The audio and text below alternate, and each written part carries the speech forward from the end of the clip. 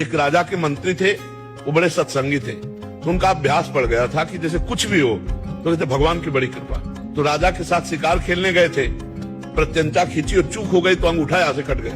तो उनका मंत्री अंगूठा कट गया, तो उनका महाराज भगवान की बड़ी कृपा। बोले मेरा अंगूठा कटा और तू कह रहा भगवान की कृपा, इसको जेल में डाल दो।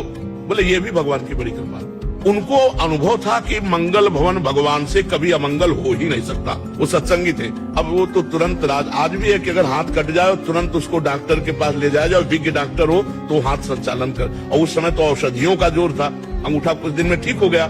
फिर शिकार खेलने गए तो कुछ सैनिक संग थे, मंत्री तो जेल में थे, तो सैनिक पीछे रह गए, उनका घोड़ा आगे बढ़ गया। तो दूसरी सीमा में एक मनुष्य को ढूंढा जा रहा था नरबली देने के लिए। तो जो ही राजा को देखा तो दूसरे राजा ने अपने सैनिकों के साथ उनको कवर कर लिया कि इससे बढ़िया क्या होगा।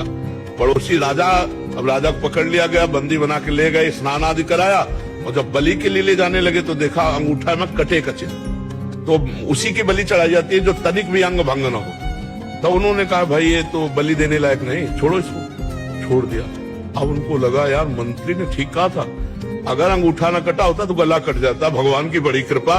लेकिन मंत्री जेल में सड़ रहा है, मंत्री पद से हटकर जब उसको जेल में डाला तो उसने कहा बड़ी कृपा। अब गए सीधे मंत्री को बुलाया और कहा भाई हमारा अंगूठा अगर ना कटा होता तो गला कट जाता, पूरी बात बताई, लेकिन तुम जेल में सड़ रहे हो, ये कौन सी तुम्हारी कृपा। बोले महाराज मैं मंत्री हूँ, सैनिक कहीं भी पीछे रह जाते मेरा घोड़ा आपके साथ होता, और आप बंदी बनाए जाते मैं बनाया।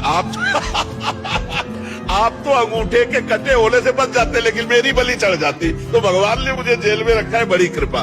तो अगर हम वास्तविक विश्वास करें तो भगवान जो करते हैं उसमें कृपा ही है, पक्का कृपा है, उसमें हम संशय न करें, भगवान के भरोसे रहे, नाम जप करें।